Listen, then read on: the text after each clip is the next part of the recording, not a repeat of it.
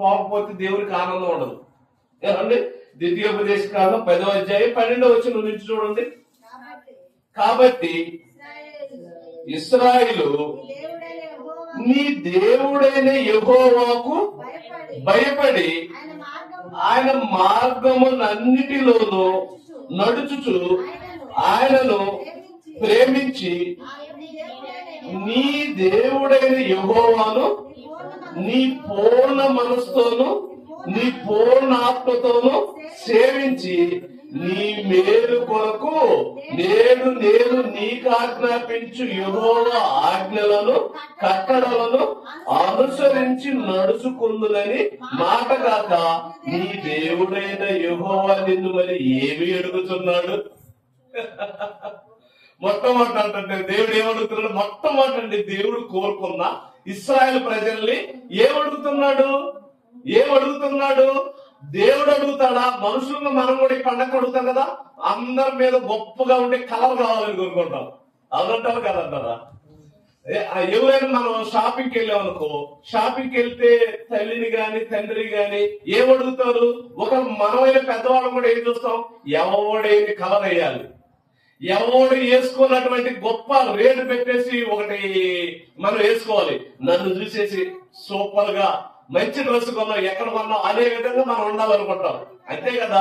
అది అలా అడుగుతూ ఉంటాం తల్లిదండ్రులు. ఇక్కడ దేవుడు ఏమడుగుతున్నాడు? దేవుడు మనుషుల్ని ఏమడుగుతున్నాడు? ఏమండి? జాగ్రత్తగా వినండి, తర్వాత మాట్లాడుకుందా ప్రశాంతంగా కూర్చోండి. దేవుడు ఏమడుగుతున్నాడు? మొట్టమొదటిగా ఇశ్రాయేలుకి, కాబట్టి ఇశ్రాయేలు నీ దేవుడైన యెహోవాకు భయపడి ఆయన మార్గములన్నిటిలో నడుచుచు ఆయనను ప్రేమించి నీ దేవుడైన యెహోవాను నీ పూర్ణ మనసుతోను నీ పూర్ణ ఆత్మతోను సేవించి నీ మేలు కొరకు. చూడండి, నీ పూర్ణ ఆత్మ నీ పూర్ణ మనసుతో ఎవరి కొరకు? మన మేలు కొరకంట. దేవుడు ఏం చేస్తున్నాడు? మనకి మేలు చేస్తున్నాడు. ఎలాంటి మేలు? ఆయన అడుగుతున్నాడు, ఇదిగో మీ మేలు కోరి నేను అడుగుతున్నాను ఆయన ఇశ్రాయేలు. ఏమని అడుగుతున్నాను అంటున్నాడు. అదే నీ మేలు కొరకు నేను నీకు ఆజ్ఞాపించు యెహోవా ఆజ్ఞలను కట్టడలను అనుసరించి నడుచుకుందును మాట కాక నీ దేవుడైన యెహోవా నిన్ను మరి ఏమి అడుగుతున్నాడు? ఇదేనయ్యా నేను మిమ్మల్ని అడుగుతుంది. అంటే ఎవరు? దేవుని పిల్లలు. ఇశ్రాయేల్ అంటే ఎవరు? దేవుని పిల్లలు. దేవుని పిల్లలు ఏమడుగుతున్నాడు? చాలా చక్కగా న్యాయంగా నడుచుకోండి అయ్యా. కానీ వీళ్ళు ఎలాగ నడుచుకుంటున్నారు? వీళ్ళు ఎలాగ నడుచుకుంటున్నారు చూడండి. యెషయా గ్రంథం 66వ అధ్యాయం 4వ వచనంలో చూడండి. యెషయా గ్రంథం 66వ అధ్యాయం 3వ వచనం కానీ చదవండి, బాగుంటది. కానీ వీళ్ళు ఎలా ఉన్నారు అనే విషయాన్ని ఇక్కడ మనకి తెలుస్తుంది. చూడండి, యెషయా గ్రంథం 66వ అధ్యాయం 3 నుంచి.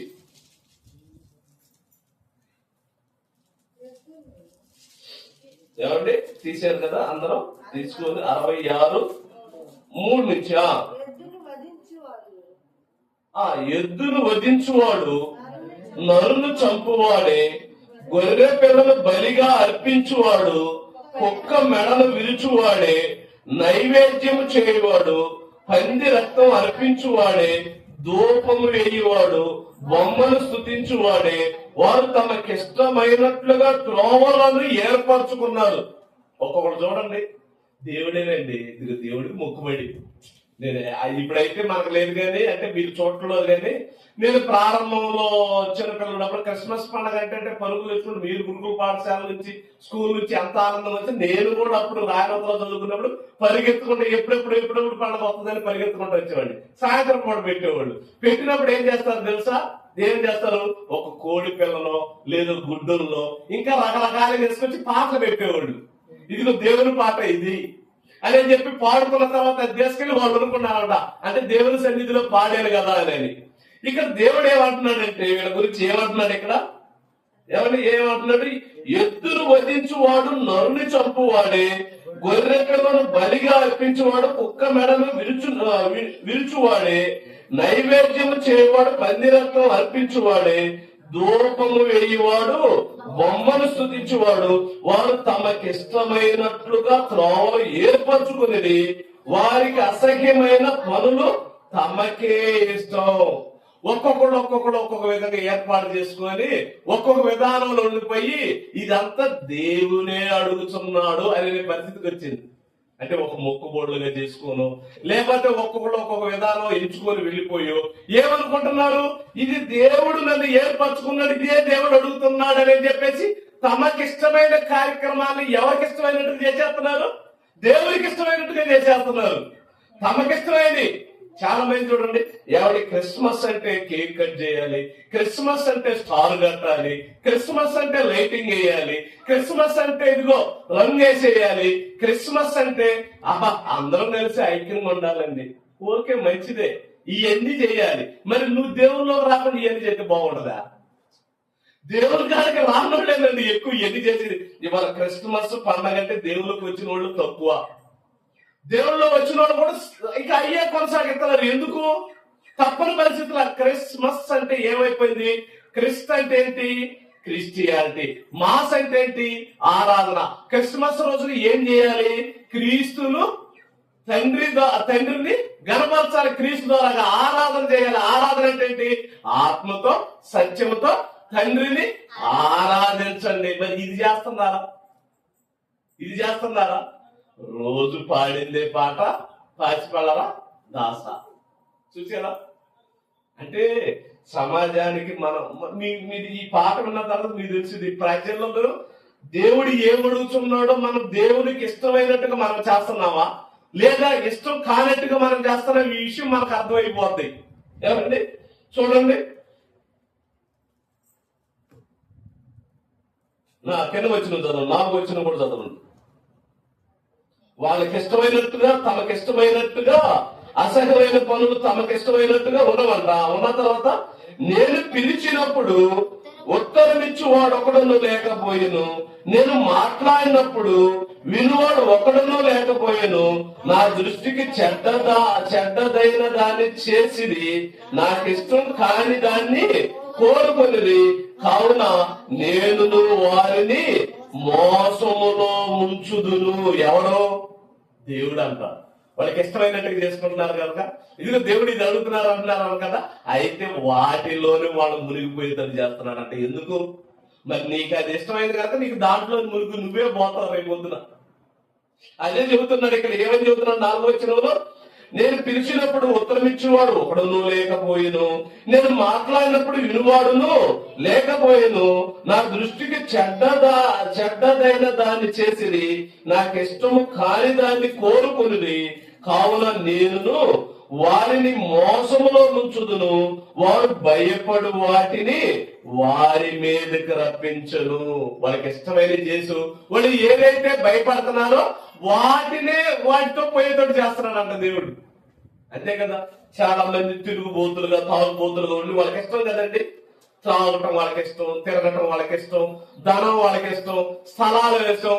లాస్ట్ అంటారు చూడ, ఆయన వాడు సంపాదించి అలాగే పోయాడండి. చాలా మంది అంటున్నారు సంపాదించి అలాగే పోయాడండి. ఇదిగో పలానోడు ఉన్నాడండి, వాడు ఎప్పుడు గాలి తిరుగుతాడు, ఆ గాలిలోనే కొట్టకపోయాడు.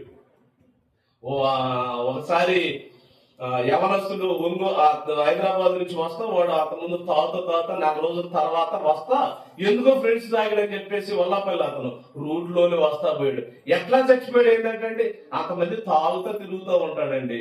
ఇదిగో ఈ మధ్య ఆ తాగుడులోనే ఆతులు పోయాడు. వాళ్ళ పిల్లలు భయంకర. అంటే మన పరిస్థితి ఎలాగుందో దాంట్లోనే పోయేతాడు. ఎందుకు? నీకు ఇష్టమైంది తెచ్చుకుంటున్నావు కనుక ఆ ఇష్టమైన దాంట్లోనే పో. దేవుడు అడుగుతున్నాడని మళ్ళీ అబద్ధాలు చెబుతున్నారు అనమాట ప్రియమైన దేవుడు వల్ల. అయితే ఇక్కడ ఏమంటున్నాడు? కింద వచ్చిన ఏమంటున్నాడు? నేను వారసంలో ముంచుతున్న. ఎలాంటి మోసం? సామెతల గ్రంథం 1వ అధ్యాయం. ఎలాంటి మోసం చూడండి. సామెతల గ్రంథం 1వ అధ్యాయం. వాక్యమును మనం జాగ్రత్తగా పరిశీలన చేసి ఆయన ఇష్టాన్ని మనం దేవుడు ప్రజలు ఏమడుగుతున్నాడో తెలుసుకుంటే మనం ఆయన ఇష్టాన్ని నెరవేరిస్తే అప్పుడు ఆయన మన ఇష్టాన్ని దేవుడు నెరవేరుస్తాడు. ఏమంటున్నాడు చూడండి. సామెతల గ్రంథం 1వ అధ్యాయం 29 నుంచి. జ్ఞానము వారికి అసహ్యమాయను, యెహోవా యందు భయభక్తులు కలిగి ఉండట వారికి ఇష్టం లేకపోయిను, నా ఆలోచన విననొల్లకపోయింది, నా గర్జింపునకు వారు కేవలం తృణీకరించింది. కాబట్టి వారు తమ ప్రవర్తన తగిన ఫలము అనుభవించుదురు, తమకు వెక్కసకముల వరకు తమ ఆలోచనలు అనుసరించుదురు. జ్ఞానము లేని వారలారా దేవుని విసర్జించి నాశనమవుదురు. బుద్ధిహీనుల క్షేమం కలిగినది మైమరిచి నిర్మూలమవుదురు. ఏమంటున్నాడు? ఏమండి? జ్ఞానం ఏమైతుంది? వాళ్ళకి అసహ్యం అవుతుంది. మనం ఇన్ని జ్ఞానయుక్తమైన మాటలు చెబుతుంటే ఏముందలే, వినకపోతే ఏముందలే, రోజు వినే కదా. మనం వెళ్ళే సంఘాల్లో కానీ మనం ఉన్నాకాడ కానీ మనకు తెలియదు ఏదైనా ఉందా అని నేను అంటా ఉంటున్నారు. ఎందుకు మనం చేస్తాంలే? ఇదిగో ఆ వచనంలో చూడండి, 3వ అధ్యాయం 27వ వచనంలో ఒక మాట అంటున్నాడు.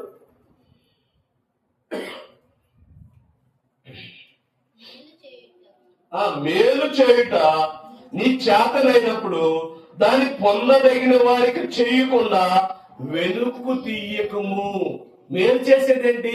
జ్ఞానం చదవటం వల్ల ఇదిగో ఎంతో మంది ఎలా ఉన్నారు, దేవుడు వాక్యం తెలియక, జ్ఞానం ఏంటో అర్థం కాక, ఈ విషయాలన్నీ అర్థం కాక ఎలాగైపోతున్నారు?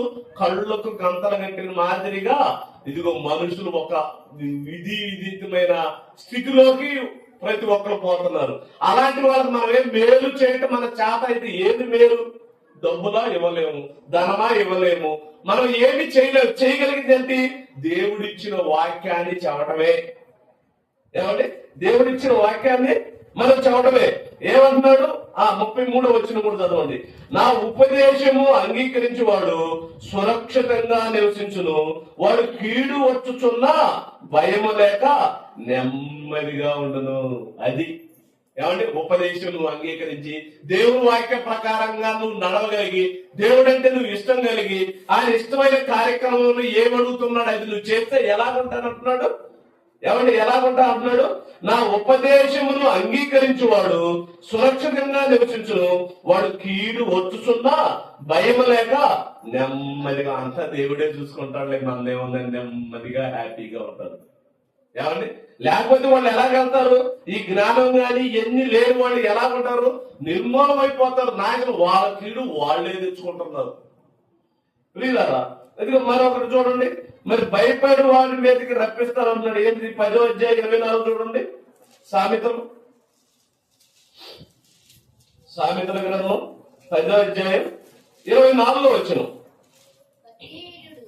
భక్తిహీనుడు దేనికి భయపడునో అదే వారి మీదకి వచ్చును, నీతిమంతులు ఆశించున్నది వారికి దొరుకును.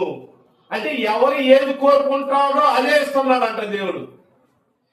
ఇప్పుడు కొన్ని పాటలు ఉంటాయండి, కొన్ని పాటలే కొంతమందికి ఇష్టమైంది. కొన్ని సంఘాలు ఉంటాయి, ఆ సంఘాలు కొంతమందికే.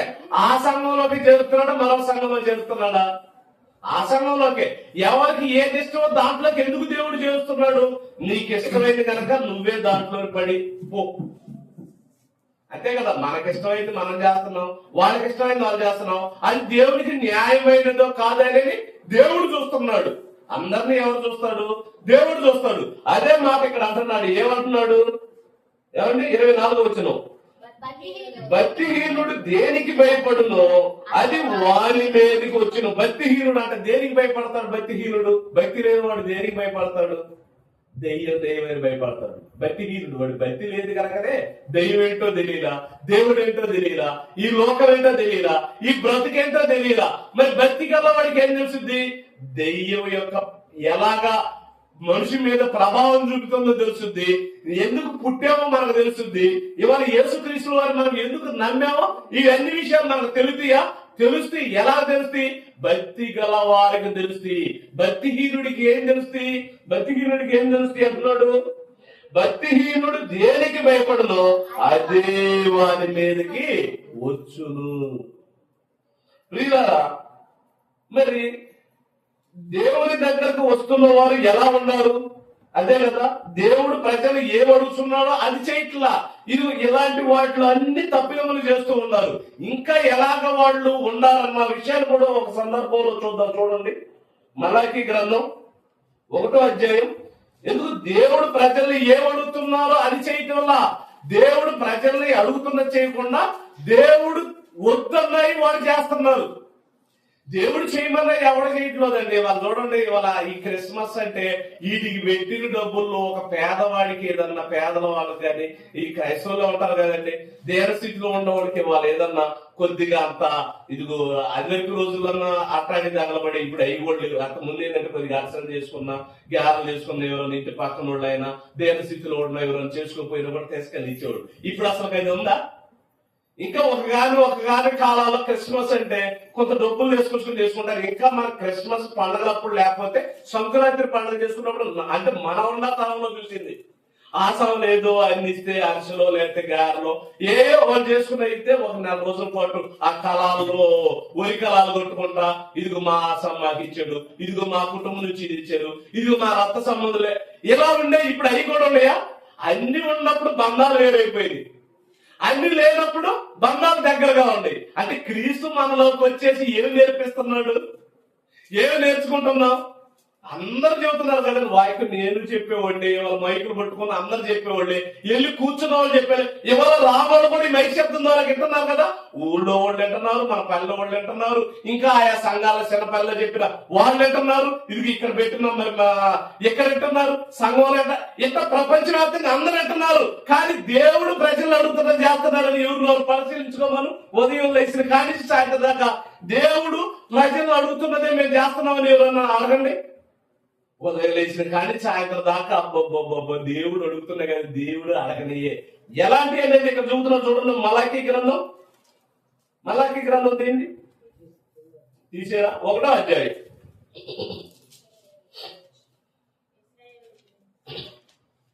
ఏమండి, మలాకీ గ్రంథం 1వ అధ్యాయం 7వ వచనం నుంచి చదవండి. నా బలిపీఠం మీద అపవిత్రమైన భోజనమును మీరు అర్పించుచు ఏమి చేసి నిన్ను అపవిత్రపరిచితమని మీరందరూ. చూడండి, దేవుడు ఏం చెప్పాడు అది చేయకపోగా ఇక్కడ ఎలాగ విచిత్రంగా అడుగుతున్నారు. చూడండి ఏమని అడుగుతున్నారు. నా బలిపీఠం మీద అపవిత్రమైన భోజనమును మీరు అర్పించుచు ఏమి చేసి నిన్ను అపవిత్రపరిచావు. మరి దేవుడినే అడుగుతున్నారంట. అంతే కదా, ఎవరి దేవుని కోసమే కదా అంటండి మేము పండగ చేస్తుంది, దేవుని కోసమే కదంటండి మేము స్టార్లు కడుతుంది, దేవుని కోసమే కదంటండి మేము లైటింగ్ వేస్తుంది, దేవుని కోసమే కదంటండి మేము ఇది పెయింట్ పోతుంది, దేవుని కోసమే కదా మేము కొత్త కొనుక్కొని వేసుకుంటుంది. నిజంగా ఏది దేవుడు అడిగేదా? మనకయ్యి దేవుడు అడుగుతున్నాయి, మనుషులు చేస్తున్నాయి. మనుషులు ఇదిగో గుడ్డలు కొత్త గుడ్డలు కొనుక్కుంటాడు. ఒక జనవరి 1 ఏముంది, ఒక క్రిస్మస్ అయింది, వాళ్ళ కొనుక్కున్న రోజు అదివరకు రోజుల్లో అంటే ఈ అద్దెంకులో ఉంటాయి, ఎక్కడ ఉంటాయి, అద్దెంకులో కూడా ఇన్ని కొట్లు ఉండవు ఈ డ్రెస్సులు కొనుక్కోవడానికి కూడా. అప్పులు తీసుకుంటే అదే ఆ తిరణాల సమయం ఉంటుంది చూడండి, అలాంటి సమయాల్లో వస్తే దొరకని వస్తువులంతా తిరణాల్లో ఉంటాయి. అంటే జాతర అంటే ఏంటి? జనాలందరూ వచ్చేస్తారు, జనాలు వస్తుంది కనుక వ్యాపారం జరుగుతుంది కనుక. అలాంటి సమయంలో మనకు దొరకని వస్తువు. అంతకుముందు ఏం చేసేవాళ్ళు అంటే, మా నాన్న ఎద్దులు బండి దోలుతుంటాడు కదా, ముళ్ళుగారుల్లో చండ్రకాయల్లో ఎట్లా తెల్లారైతే మనోడు కుండలు ఎట్లా, ఎందుకంటే దొరకని ప్లేస్. ఇవాళ నీకు ఎక్కడ దొరకట్లేదు. దేవుడు అడుగుతున్నాడు అన్నట్టుగా చేస్తున్నారు చూడండి. దేవుడు అడుగుతున్నాడయ్యా, ఇది ఇవన్నీ చేయమన్నాడు, ఇవన్నీ చెప్పినట్టుగా దేవుడు అడుగుతున్నట్టుగా మనుషులు క్రియేట్ చేస్తున్నారు. అలాగే చేసేసుకోండి అని చెప్పి దేవుడు కూడా ఏమన్నాడు, చేసుకోండి, మీరు ఏం చేసుకుంటారో అదే మీ నెత్తి మీదకి వచ్చేది. అంతే కదా, మనం ఏం విత్తుతావో అది మన నెత్తి మీదకి వస్తుంది. రేపు పొద్దున నువ్వు ఏం చేస్తున్నావో అది దేవుడు ప్రజలు నేను ఏమడిగాను మీరు ఏమి చేస్తున్నారు అని అడుగుతాడు. ఏమండి, ఇక్కడ ఏం చేస్తున్నారు వీళ్ళు? మరి ఒకసారి చదవండి, 7 వచ్చినారు, 7 వచ్చినారు చదవండి.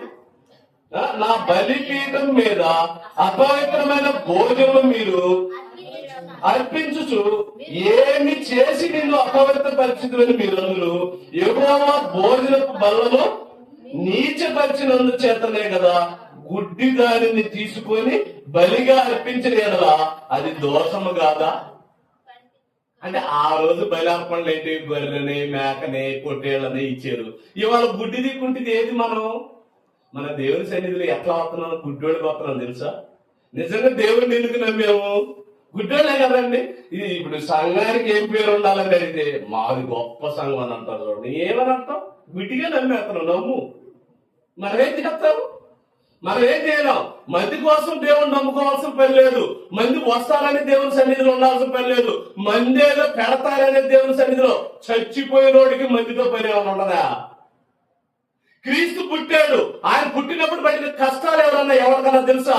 ఇవాళ సుఖ సంతోషాలతో ఉన్నామంటే ఆయన కరుణ, ఆయన దయ కోసం మనం ఇదిగో ఒక్కడగానో ఆయన నలుగురుగాను ఉంటే 10 మంది ఉంటే సంతోషమేనండి. లేనప్పుడు ఏం చేస్తాం?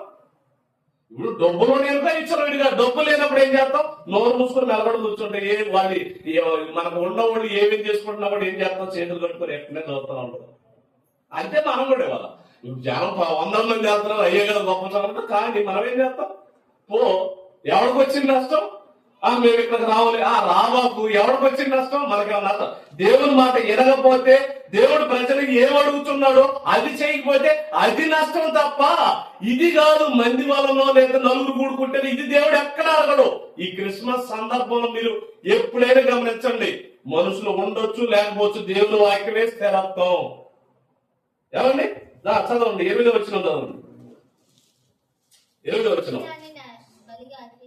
గుడ్డి దానిని తీసుకొని బలిగా అర్పించిన అది దోషము కాదా? కుంటి దానినైనను రోగం గల దానినైనను అర్పించిన అది దోషము కాదా? అట్టి వాటిని నీ అధికారికి నీవిచ్చిన అతడు నీకు దయచూపున నీవు అంగీకరించిన అని సైన్యములకి అధిపతి యెహోవా అడుగుతున్నాడు. చూసారా? దేవుడు అడుగుతున్నాడు. ఏమని అడుగుతున్నాడు? ఇప్పుడు ఒక కుంటిదాన్ని, గుడ్డిదాన్ని, కుళ్ళిపోయిందాన్ని మీ అధికారులు ఉంటారు కదా, లేదా సమాజం గొప్ప వాళ్ళు ఉంటారు కదా, వాళ్ళ తీసుకెళ్ళి ఇచ్చి తీసుకుంటారా? ఒక యాప్లికాయలు జనవరి 1st అంతకుముందు గాబ్రియలు టీచర్ ఉండేవాడు. మేము 1వ తరగతి నుంచి మనకి ఆయనే ఫస్ట్ నిజంగా ఈ దేవుని అనేది నాకు తెలియటానికి మొట్టమొదట కారణం ఆయనే, గాబ్రియల్ మాస్టర్ గారు. మన పల్లెకి నేరుగా వచ్చేసి ఇదిగో జనవరి 1st ఇది యాప్లికాయలు తీసుకెళ్లేసి ఇదిగో ఇష్యూ యాప్లీ జరపాలనేవాడు. నాన్న బాగా ప్రేమించేవాడు ఆయన. ఎందుకంటే సిద్ధాంతి గారు ఒక ఆయన చాలా మంది నాన్న చాలా ఎందుకంటే ఈ ఊర్లో కల్లా టాప్ గా ఉండేవాడు. ఆడలో చెడబుట్టేవారంట మేము. అంటే ఇప్పుడు దేవుళ్ళకి వచ్చాము కనుక హ్యాపీ. పలానా ఏరై కుటుంబం ఏంటండి అనేవాళ్ళు అప్పుడు. ఎందుకు తాగి తిరుగుతున్నారు. ఇవాళ ఏమండి ఏరై పుట్టిన కొడుకు ఒకనాడు అలా ఉంటే ఉండాలి. కానీ వాళ్ళ దేవుని సన్నిధిలో ఒక జోలికి పడండి. మొన్న నేను విన్నప్పుడు అంటా ఉన్నారు ఇట్లా ఊళ్ళో నేను ఏదో అంటే సంతోషం, అది దేవుని కృపయ్య. లేకపోతే ఎక్కడో తిరగాల్సిన ఎప్పుడో పోవాల్సిన ఇవాళ దేవుని సన్నిధిలో దేవుని మాట చెప్పుకొని బ్రతుకుతున్నా. అంతకన్నా నాకు సంతోషం ఏముంది? ఆ కాలంలో ఏంటి? యాప్లికాయలు తీసుకెళ్ళాం. మనం తీసుకెళ్ళి అధికారులు కుళ్ళిపోయినట్టుగా మీ టీచర్లకు కానీ వాళ్ళకి కానీ అది తీసుకుంటారా? పోయి వాళ్ళు ఎందుకు లేదు? వాళ్ళంటే మన అమ్మకం నాన్నకు మన వ్యక్తి తీసుకుంటారా? వాళ్ళే తీసుకోరు. అదే అంటున్నాడు ఆయన. ఏమంటున్నాడు? గుడ్డి దానిని తీసుకొని బలిగా అర్పించిన అది దోషము కాదా? కుంటి దానినైనను రోగము గల దానినైనను అర్పించిన అది దోషము కాదా? అట్టి వాటిని నీ అధికారికి నీవిచ్చిన అతడు నీకు దయచూపున నువ్వు అంగీకరించిన అని సైన్యములకు అధిపతి యెహోవా అడుగుతున్నాడు. ఏమని అడుగుతున్నాడు? నేను అడుగుతున్నది ఏంటి? మీరు చేస్తుంది ఏంటి?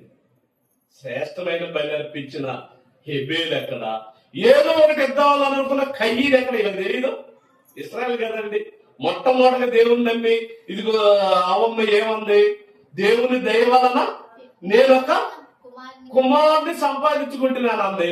ఆయన పుట్టిన గర్భవాసంలోనే ఇదిగో ఏమన్నా అప్పుడు చంపుకోవటాలు లేవు. కయ్యీలు చచ్చిపోయాడంటే అప్పుడు వాళ్ళకి తెలిసి ఉండదా? తెలిసి ఉంటది. శ్రేష్టమైనది బలి కోరుకుంటున్నాడు దేవుడు. కానీ వీళ్ళు ఎలాంటి దాన్ని తీసుకొచ్చి చెప్తున్నారు? కుంటి దాన్ని, గుడ్డి దాన్ని. ఇవాళ మనం కూడా అంతే కదా. కాను కంటే ఏమేస్తావు? చిల్లర.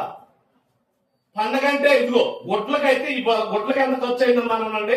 10,000 20,000 అని అంటారు. దేవుని కోసం ఇదిగో నువ్వు ఏ కార్యక్రమాలు దేవుడికి ఎంత ఖర్చు పెట్టావు నువ్వు నన్ను అడగండి. 100 రూపాయలు కూడా ఇచ్చావు. నిజం, 100 రూపాయలు కూడా ఇచ్చాడు. ఎందుకంటే దేవుడు అంటే చిన్న చూపు అయిపోయింది. నేను చెప్తాను, మనకు దేవుడు వలన మనం బ్రతుకుతున్నాం, దేవుడు వలన మనం ఇలా బ్రతుకుతున్నాం. ఇలా ఉన్నప్పుడు దేవుడు అంటే ఏమైపోయింది? దేవుడు శ్రేష్టమైన దాన్ని ఎందుకు? నీ మనస్సును చూస్తున్నాడు. ఎవరు మరో సందర్భం చూడండి, దాంట్లో 2వ అధ్యాయం 14 నుంచి చూడండి. మరొకటి మరి ఎలా ఉంటున్నారు ఈ సమాజం? దేవుడు ఏమడుగుతున్నాడు, ఎలా ఉంటున్నారో చూడండి. 14 వచనం, 2వ అధ్యాయం 14 నుంచి.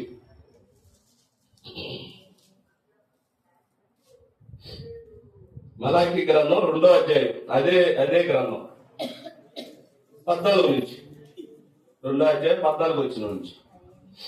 అది ఎందుకని మీరు అనగా, యవ్వన కాలమందు మీరు పెళ్లి చేసుకొని అన్యాయంగా విసర్జించి మీ భార్యల పక్షమున యెహోవా సాక్షి అయిను, అది నీకు తోటిదై నీవు చేసిన నిబంధనకు పాత్రురాలు కదా, నీ పెళ్లి భార్య కదా. కొంచెముగానైనను దైవాత్మ నొందిన వారిలో ఎవరినో ఇలాగ చేయలేదు. ఒకడు చేసిన ఏమి జరగను, దేవుని చెంత సంతతి నుండివలెను అతడు ఎతను చేసిన కదా. కాగా మిమ్ముని మీరే జాగ్రత్త చేసుకొని యవ్వనమున పెళ్లి చేసుకొని మీ భార్యల విషయంలో విశ్వాసఘాతుకులుగా ఉన్నప్పుడు భార్యను పరితరించుటకు నాకు అసహ్యక్రియమైనది ఇశ్రాయేలు దేవుడకు యెహోవా సెలవిచ్చుచున్నాడు.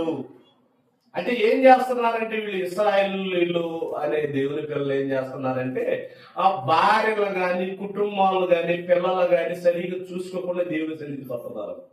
ఇలాంటి వాళ్ళు ఉంటారా? ఇవాళ కూడా ఇలాంటి వాళ్ళు ఉంటారండి.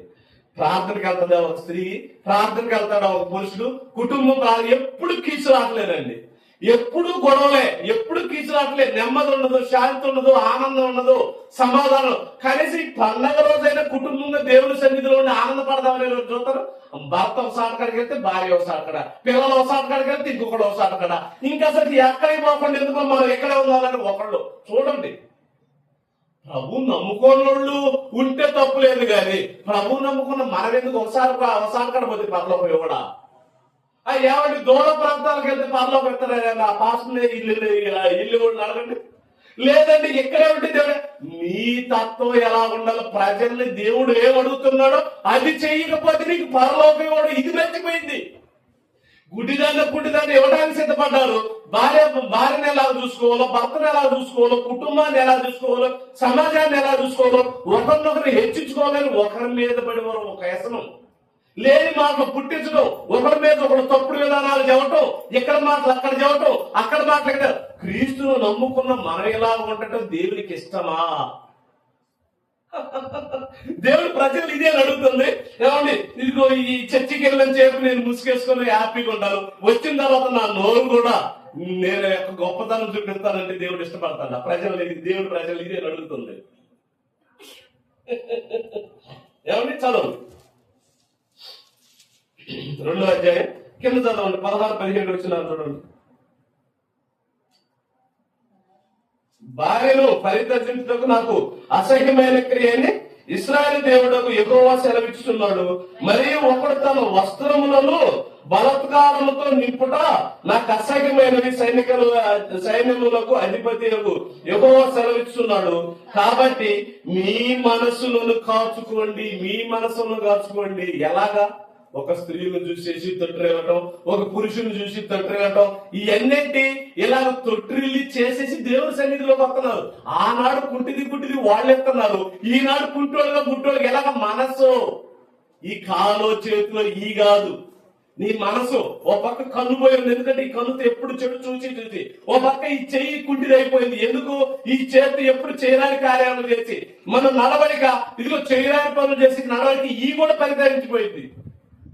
ఏమండి, చూడండి, ఒక మనసు ఒక విధానం ఉంటది. చూడండి, ఎవరికి ఉండదండి. ఎప్పుడు చూడు దేవుని సన్నిధిగా కూడా ఇది కూడా నేను పుట్టిన కానీ చూస్తున్నాండి, ఇప్పుడు బాగుపడాలి పల్లె తెలుసా అనుకుంటే అనుకోనివ్వండి. ఇది సీనిగాడు దేవుడి కుమారుడు చెబుతున్నా. ఏంటి నిజం కాదా? అబద్ధమే మనం మాట్లాడుతున్నావా? అబద్ధమే మనం మాట్లాడుతున్నా, నిజమే మాట్లాడుతున్నాం. వాళ్ళ వల్ల నాకు అపాయం జరుగుతుంది కదా, నా వల్ల వాళ్ళకి అపాయం జరగదు. నువ్వు ఇప్పటికీ మారినప్పుడు నువ్వు దేవుణ్ణి నమ్ముకొని ఏంటి? నీకు వచ్చిన గొప్పతనం ఏంటి? ప్రభువు నమ్ముకున్నందుకు నువ్వు ఎరగబడిసింది ఏముంటది? దేవుడు అడుగుతున్నాడు. దేవుడు సమాధానం మనలే సమాధానం చెప్పమని చెబుతున్నాడు. 18 వచ్చిన చూడండి. మీ మాటల చేత యెహోవాను ఆయాస పెట్టుచు దేవుని చేత ఆయనను ఆయాస పెట్టుచున్నారని మీరు అడుగుతున్నారే. దుర్మార్గులు యెహోవా దృష్టికి మంచివారా? దుష్టులు మంచివారు అవుతారేంటి? నువ్వు దేవుని సన్నిధిలోకి వచ్చి ముసుకేసుకున్నంత మాత్రాన, దేవుని సన్నిధిలోకి వచ్చి మోకరించినంత మాత్రాన దుష్టులు ఏమైనా మంచోళ్ళు అవుతారా? ఎట్లా అవుతారు? నువ్వు అనుకుంటావు. అదే కదా దేవుని ప్రజలు ఏమడుతున్నారు, నీకు నువ్వేమనుకుంటున్నావు? నేను దేవుని సన్నిధిలో గొప్పగా ఆరాధిస్తున్న దేవుని బిడ్డని, దేవుని తల్లిని, దేవుని యొక్క కుమార్తెని గొప్పగా నువ్వు అనుకుంటున్నా, దేవుడు అనుకోవట్లా. ఏమంటే దేవుడు అనుకోవట్లా. ఎందుకు అనుకోవట్లేదు? దేవుడు మన క్రియలే అని అంటున్నాడు. ఏ క్రియలంట? ఏ క్రియలంట? 15 చదవండి. ఏది యాక్టివ్ లో ఉన్నారా? మళ్ళీ మీరు కూడా మీ మనసు అపవాది మళ్ళీ చేసిందా? మీరు ఎమ్మటి నా వాక్యం చదివితే మీరు యాక్టివ్ లో ఉన్నట్టు, లేకపోతే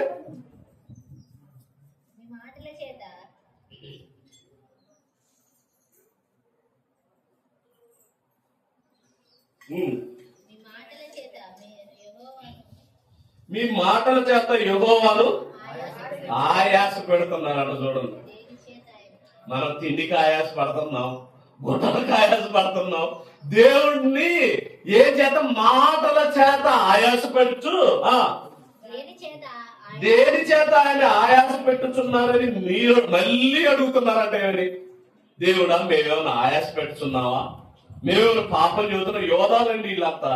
యోధా ఎలాంటోడు? ప్రభువా నేను కాదు కదా అప్పగిచ్చేటప్పుడు, యేసుక్రీస్తుల వారిని శిలువ త్యాగం చేసేటప్పుడు ఆయన అప్పగిస్తాడు. ఇదిగో మీలో ఒకడు ఇదిగో నన్ను అప్పగిస్తాడని పాపం యేసుక్రీస్తుల వారు చెప్పాడు శిష్యులందరికీ. శిష్యులందరూ చెప్పిన తర్వాత ఆ బంటోతలు వస్తారు. వచ్చిన తర్వాత ఇదిగో పలానోడనేది యేసుక్రీస్తుల పలానతనని చెబుతాడు కదా.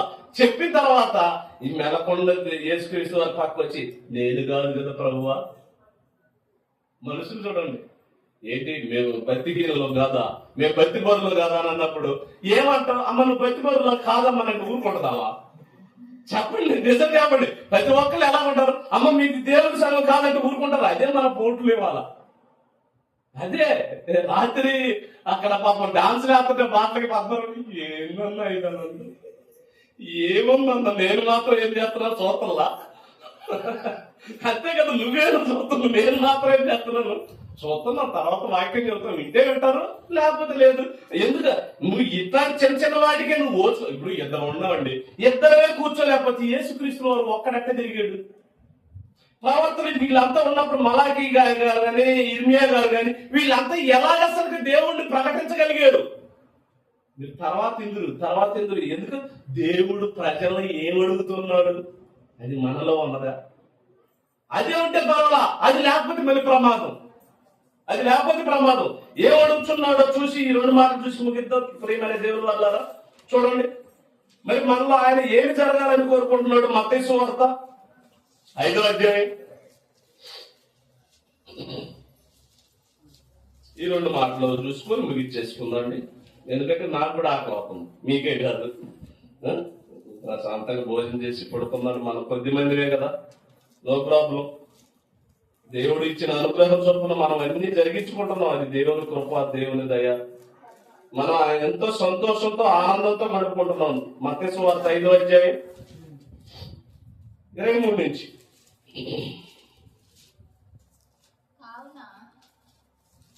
మత్తయి సువార్త 5వ అధ్యాయం. కావున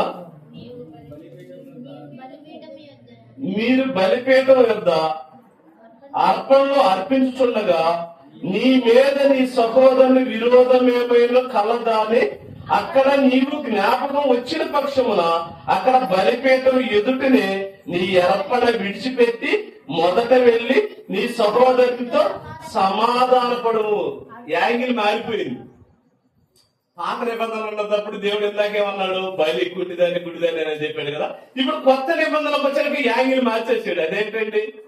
ఏమండి? వాటర్లో ఒక రకం తినగలం, ఇంట్లో ఒక రకం తింటాం తెలుసా? ఇంట్లో అయితే ప్రశాంతంగా. చాలా మంది ఏంటంటే నా ఫోటో ఏంటంటే వాటర్లోనే బాగా తింటుంటాడు. అలవాటు అయిపోయి ఏమంటే ఇంటికాడ మన పిల్లలతో మనం ఎంత చక్కగా కూర్చొని తింటాం. ఇంట్లో ప్రశాంతంగా ఉండదు. ఎలాగా మనం చేసుకొని మనం పరిశుద్ధం చేసుకుని తింటే బాగుంటది. అక్కడ చాలు వాళ్ళు పెట్టిందే మనం తినాలి. మనకి ఎక్కువ తినాలనిపించినా కూడా ఏమవుతుంది? వాళ్ళు పెట్టరు, మరి డబ్బులు ఇవ్వాల్సి వచ్చింది. అదైతే వాటర్. మనకి ఇట్లా అయితే సమృద్ధిగా చేసుకొని తింటాం. అంతేనా? అది మీకు అర్థమైపోతే ఎక్కడ కూడా చెబుతున్నాడు, అక్కడికిక్కడికి యాంగిల్ మార్చేసాడు. అక్కడ ఉన్న బలిపీఠాలు ఇమ్మని చెప్పేశాడు, బలిమని చెప్పేశాడు. ఇది ఇట్లా కుంటిదాని గుడిదాని కాదు, శ్రేష్టమైంది ఇమ్మన్నాడు. ఈ కొత్త నిబంధనకు వచ్చేలేకే మిమ్మల్ని ఏం అడుగుతున్నాడో దేవుడు ప్రజలను వినండి. ఇక్కడి నుంచి దేవుడు ప్రజలు ఏమడుగుతున్నాడు, ఆ ప్రజలు అడుగుతున్నది మనం చేస్తున్నావా లేదా అన్నది ఇక్కడి నుంచి చెబుతున్నాడు. వినండి, చదవండి. కావున మీరు బలిపీఠము యొద్దన అర్పణము అర్పించుచుండగా నీ మీద నీ సహోదరునికి విరోధమేమైనా, ఇదిగో మనం ఏదన్నా దేవుని కోసం ఇవ్వాలి, దేవుని సన్నిధిలోకి వెళ్ళాలి అనేది మనం సిద్ధపాటు కలిగినప్పుడు మన సహోదరులు గాని మన దేవుని సంబంధంలో ఉన్నవాళ్ళు గాని వీళ్ళకి ఏదైనా విరోధం ఏమైనా ఉందనుకో మొట్టమొదటి ఏం చేయమంటున్నాడు, చూడండి. ఏం చేయమంటున్నాడు, అక్కడ నన్ను జ్ఞాపకం చేసుకునే ఎడలా అక్కడ బలిపీఠం, చదవండి, అక్కడ బలిపీఠం ఎదుటనే నీ అర్పణను విడిచిపెట్టేసి మొదట వెళ్లి నీ సహోదరితో సమాధానపడు.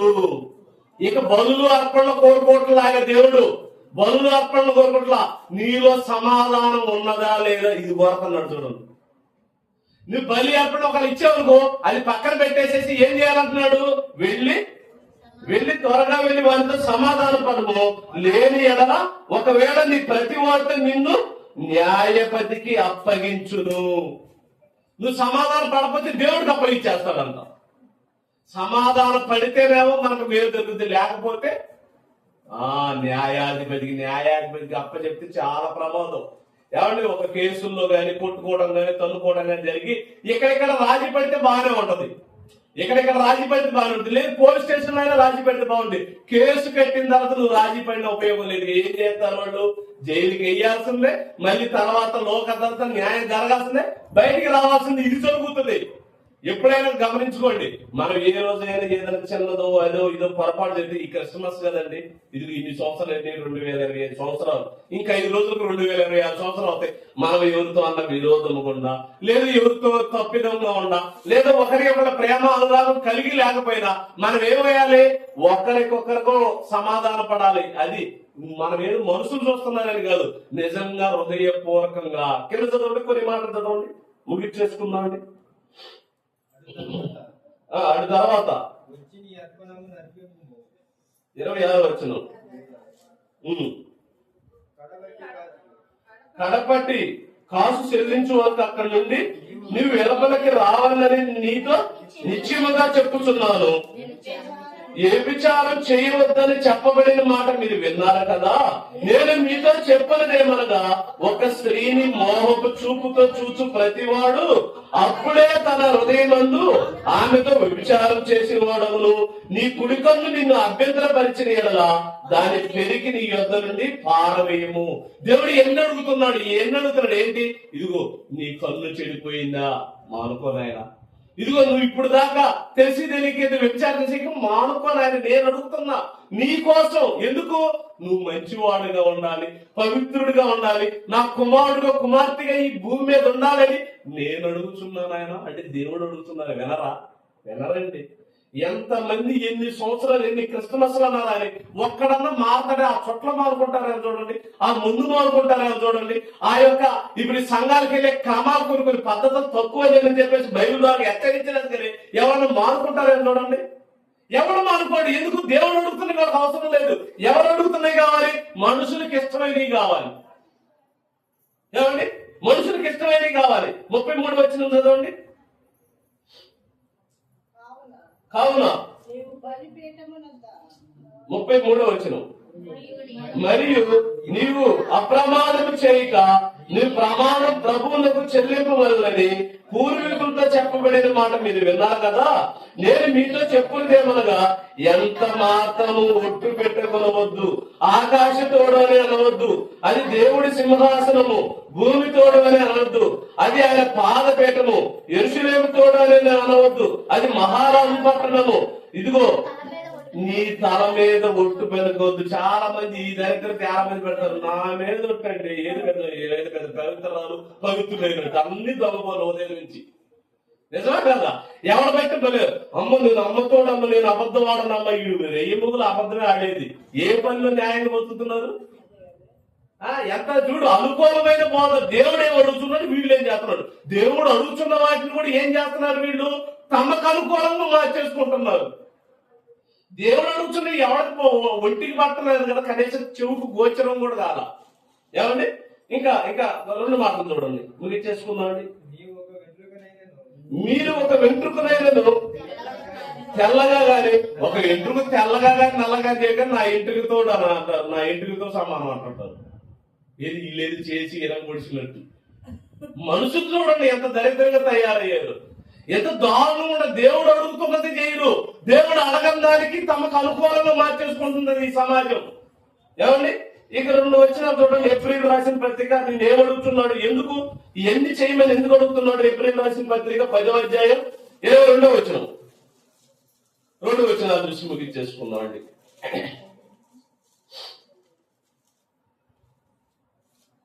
10వ అధ్యాయం 22వ వచనం.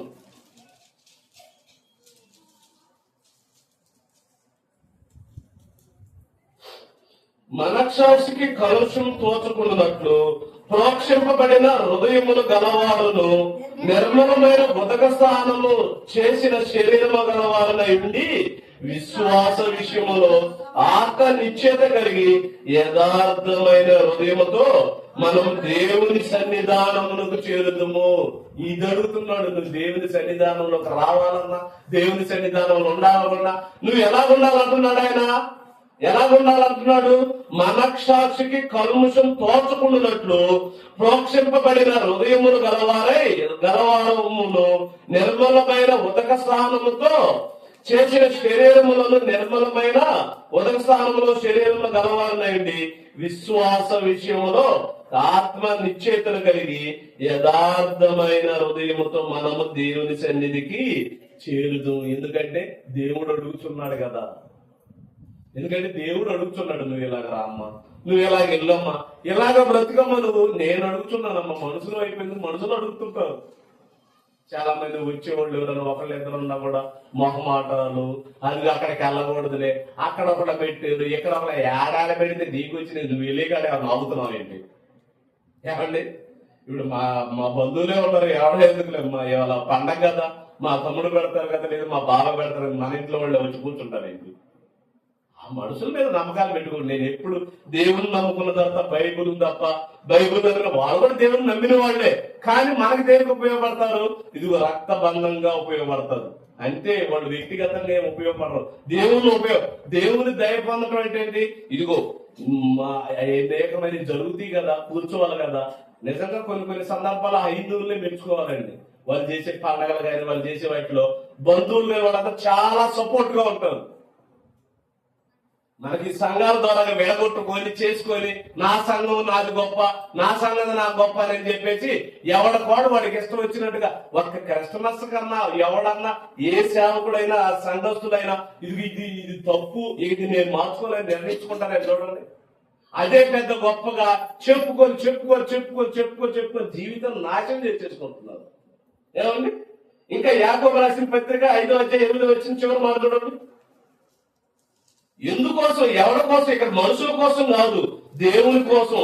దేవుడు ఏం అడుగుతున్నాడో మనకు తెలియకపోతే దేవునికి ఇష్టంగా మనం ఎలాగ బ్రతుకుతాం. దేవునికి ఇష్టం కోసమేనండి సంఘం పేరు తప్పు అని చెప్పటం, లేదు ఎన్ని తప్పులని చెప్పటం, ఇదిగో ఈ ఇష్టాన్ని మార్చుకోండి అని చెప్పటం దేవుని కోసం. ఎవరి కోసం, నన్ను నేనేది పెద్ద సూర్యుడిని వీరుని అనిపించుకోవడం కాదు.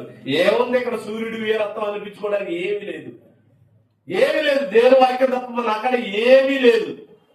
ఏ విధమైన ఎటు చూసినా కూడా ఏం లేదు. దేవుడు తోడు ఉంది, దేవుడు కాపుదల ఉంది, దేవుడు ఇచ్చిన జ్ఞానం తప్ప నా కాడ ఇంకా మరొకటి ఏమీ లేదు. ప్రియమైన ఎందుకోసం ఇవన్నీ చెప్పబడుతుంది, ఎందుకోసం దేవుడు అడుగుతున్నాడు. అడుగుతున్న దాన్ని మనం చేయకపోతే మనకే ప్రాబ్లం. ఏమండి, చూడండి యాకోబు రాసిన పత్రిక 5వ అధ్యాయం 8వ వచనం చివరగా. మనం ఎందుకు ఇవన్నీ సరి చేసుకోవాల్సిన పరిస్థితులు ఏర్పడినాయి అంటే ఏమంటున్నాడు, ప్రభువు రాకడ సమీపించుతున్నది కనుక మీరును ఓపిక కలిగి ఉండి మీ హృదయములను స్థిరపరుచుకోండి. మిమ్మల్ని కలవరపరచవచ్చు. నన్ను అంటుంటారు, ఇప్పుడు వాళ్ళు వెళ్ళే సంఘాలు ఉంటాయి కదండి, ఇప్పుడు వెళ్ళే సంఘాలు ఏమంటారు, అమ్మా మీ ఎదలు ఇదిగో అదే నిజమైన సత్యం అంటాడు, అయితే మన మీదే చెప్పవచ్చు. స్థిరత్వం వాక్యం ఉన్నదో లేదో చూసుకోవాలి. ఎన్ని అవసరం. పెద్ద 500 మంది సేవకుడు అయితే పెద్ద గొప్ప కాదు, ఏమన్నా ఇద్దరు మనుషులు ఉంటే ఏమన్నా గొప్ప కాకుండా ఉండడు. వాక్యం తెలిసినోడే గొప్పోడు, వాక్యాల ప్రకారంగా నడిచిన వాడే విశ్వాసి తప్ప బైబిల్ చెబుతున్న సత్యం. లోకంలో మనుషులు గొప్పగా ఉంటే గొప్ప సేవకుడని, తక్కువ ఉంటే చిన్ని సేవకుడని బైబిల్లో ఎక్కడా లేదు. వాక్యం ఎవరికి వచ్చునో వారు దైవములు అనేసాడు. అంతే. వాక్యం ఎవరు, నీకు వాక్యం వచ్చా నువ్వు దైవాన్ని, నీకు వాక్యం వచ్చా నువ్వు దైవాన్ని, నాకు వాక్యం వచ్చి నేను దైవాన్ని. అట్లా వాక్యం ఎవరికి వచ్చో వారు దైవములు. అంతే తప్ప దేవుడికి ఎక్కడా కూడా ఒకరినొకరి పట్ల చిన్న చూపు ఎక్కడ ఉండదు. మనుషులకు ఉంటుంది చిన్న చూపు. ఎందుకోసం దేవుడు ఏమనుకున్నాడు అది చేయాలని అంటుంది, ప్రజలు అడుగుతుంది. ప్రభు రాకడ సమీపించింది కనుక ఓపిక కలిగి ఉండండి. ఎందుకంటే ఆయన రాకడ వస్తుంది. ఆయన పుట్టాడు, ఇదిగో సకల జనులకు ఇదిగో ఏమిచ్చాడు, రక్షణ ఇచ్చాడు. ఎన్నో కష్టాల ద్వారా, కన్నీళ్ళ ద్వారా ఇదిగో మరియమ్మ గర్భాన పుట్టాడు. పుట్టిన ఆయన చిత్తం భూమి మీద నెరవేర్చి నిన్ను నన్ను కూడా నెరవేర్చమన్నాడు. ఏంటిది? దేవుడు ఏమి అడిగాడు అది యేసుక్రీస్తు వారు చేశాడు. మనల్ని కూడా అదే అడుగుతున్నాడు తప్ప మరొకటి అడగట్లేదు. ఏంటిది? మొట్టమొదటి చదివించే కదా, ఒకసారి చదవండి. అది ఏమంటే ఏమడుగుతున్నాడు అని నేను మొట్టమొదటి ఇశ్రాయేలుకి మనకు చెప్పాడు కదా, అదే మనకు కూడా చెబుతున్నాడు. ఏమని? ద్వితీయోపదేశకాండం. ఇంకా కావాలంటే యోధ రాసిన పత్రిక ఏంటి, యోహాను రాసిన పత్రిక. అంటే మనకి అక్కడ ఒక సంఘంలో ఉన్న అమ్మగారికి చెప్తాడు. ఏమంటే యోహాను రాసిన పత్రిక 1:2 వచ్చిన చదవండి. ఇక్కడ చెబుతున్నాడు చూడండి. సేమ్ అదే మనకు కూడా చెబుతుంది. అదే దేవుడు ఏమడుగుతున్నాడో ప్రజల్ని అది చేయగలుగుతున్నామా చేయట్లేదో ఇది ప్రత్యేకంలో కూడా చెబుతున్నాడు. పెద్దనైన నేను సత్యమును బట్టి ప్రేమించుచు ప్రియుడైన గాయకుడు శుభమని చెప్పి రాయందేవనగా, ప్రియుడా నీ ఆత్మ వర్ధిల్లుచున్న ప్రకారం నువ్వు అన్ని విషయంలో వర్ధిల్లుచు సౌఖ్యంగా ఉండవాలని ప్రార్థిస్తున్నాను. నీవు సత్యమును అనుసరించి నడుచుకొనుచున్నావు గనక సహోదరులు వచ్చి నీ సత్య ప్రవర్తన గురించి సాక్ష్యం చెప్పగా నీవు బహుగా సంతోషించుకుని, నా పిల్లలు సత్యమును అనుసరించి నడుచుట కంటే వినుట కంటే నాకు ఎక్కువ సంతోషం ఏముంది. ఇంకా ఇది రెండో పత్రిక పక్క పత్రికలు ఏమంటారు చూడండి. యోహాను రాసిన 2వ పత్రికలో అమ్మగారు కూడా ఒక మాట చెబుతున్నాడు. పెద్దనైనా అంటే యోహాను గారు ఎవరు? సంఘానికి పెద్ద. ఏర్పరచబడదైన అమ్మగారికి ఆమె పిల్లలకు శుభమని చెప్పి రాయినది నేను మాత్రమే కాక సత్యమును ఎరిగిన వారందరూ మనలో నిలుచుచు మనతో ఎల్లప్పుడూ ఉండు సత్యమును బట్టి మిమ్మును నిజముగా ప్రేమిస్తున్నాను. సత్య ప్రేమను మన యందుండగా తండ్రి అయిన దేవుని యొద్ద నుండి తండ్రి యొక్క కుమారుడు యేసుక్రీస్తు వారి వద్ద నుండి కృపయు కనికరమును సమాధానము మనకు తోడగును. తండ్రి వల్ల మనము ఆజ్ఞ పొందిన ప్రకారం నీ పిల్లల్లో కొందరు సత్యము అనుసరించి నడుచుకున్నట్టుగా బహుగా సంధిస్తున్నాను. 5వ వచనంలో అంటాడు, కాగా అమ్మ కొత్త ఆజ్ఞ నీకు రాసినట్టు కాదు గాని మొదటి నుండి మనకు కలిగిన ఆజ్ఞనే రాయిచున్నాం. ఏంటది? మనము ఒకరినొకరు ప్రేమింపమనియు నిన్ను వేడుకొనుచున్నాను. ఈ ప్రేమలే లేవండి. దేవుడు అడుగుతుంది ప్రతి ఒక్కరిని ప్రేమించండి. ఆయన గొడవలు అవుతుంటాయి ప్రేమించండి, తగాదాలు అవుతాయి ప్రేమించండి, మిమ్మల్ని తిట్టుకుంటూ ఉంటారు ప్రేమించండి, ఆడ అబద్ధ బోధకుడు అయినా ప్రేమించండి. యేసుక్రీస్తు వారు ఏమన్నారు? ఆ దెయ్యాల రాజు అయితే ఆయన చుట్టూ తిరుగుతున్నారు ఏంటండి? యేసుక్రీస్తులో పుట్టిన తర్వాత పడ్డ శ్రమలో నిన్ను కూడా అంటారు. అంతే కదా, చాలా మంది సొంత పనులు చేసుకుంటున్నా ఇళ్లలో గాని ఎక్కడన్నా కానీ కానీ నిందలేస్తుంటారు, చెడ్డ మాటలు మాట్లాడుతుంటారు, రకరకాలు చెప్పి మన మనసును ఏం చేస్తారు? కలవరపరుస్తుంటారు. మనం యథార్థంగా న్యాయంగా దేవుని ఇష్టానుసారంగా బ్రతుకుతూ దేవుడు అడుగుతున్నది ప్రజలు ఏడుదో అది చేస్తున్నప్పుడు మనకెందుకు భయం? మనకెందుకండి? ఎందుకు ఓపిక కలిగి ఉండాలి? ఆయన రాకడ సమీపమైంది. ఆయన వచ్చాడు. 2020 సంవత్సరాలు అయింది. ఆయన పుట్టినరోజు జరుపుకుంటున్నాం. ప్రభు నమ్మినోళ్ళు చేస్తున్నారు. కానీ ఓపిక కలిగి దేవుడు ఏమడుగుతున్నాడో అది చక్కగా కుటుంబాన్ని పాలించుకుంటూ సమాజాన్ని ఒకరినొకరు తెలియజేసుకుంటూ ప్రేమ కలిగి ఉంటేనే ఆయన ఏమడుగుతున్నాడు అది చేసినప్పుడు ఆయన మనకేం కావాలో అది ఇస్తాడు. అదేంటిది? పరలోకం. భూమి మీద ఉన్నప్పుడు ఆయన అడుగుతున్నవన్నీ మనం చేస్తే మనకు కావాల్సిన సంతోషకరమైన ఆనందకరమైన ఆ లోకాన్ని ఎక్కడే కాకుండా సంఘము ద్వారా మనం అనుభవిస్తాం. ఏది? ప్రేమ, సంతోషం, ఆనందం. అదే కదా ప్రేమ. నలుగురు కూడుకుంటేనే కదండి ఈ మాటలు చెప్పడమైనా ఏంటి చెప్పడమైనా. ఓకేనా? ఒకరినొకరిని మనం ప్రేమించి దేవుడు ఏది చెప్పాడో అది చేసుకుంటూ ముందుకు కొనసాగుదాం. ఓకే? కేక్ తీసుకురా నాయన. కేక్ తీసుకురా. ప్రార్థన చేసుకుందాం అండి. ప్రార్థన చేసుకుందాం. తల వచ్చినట్టయితే ప్రార్థన.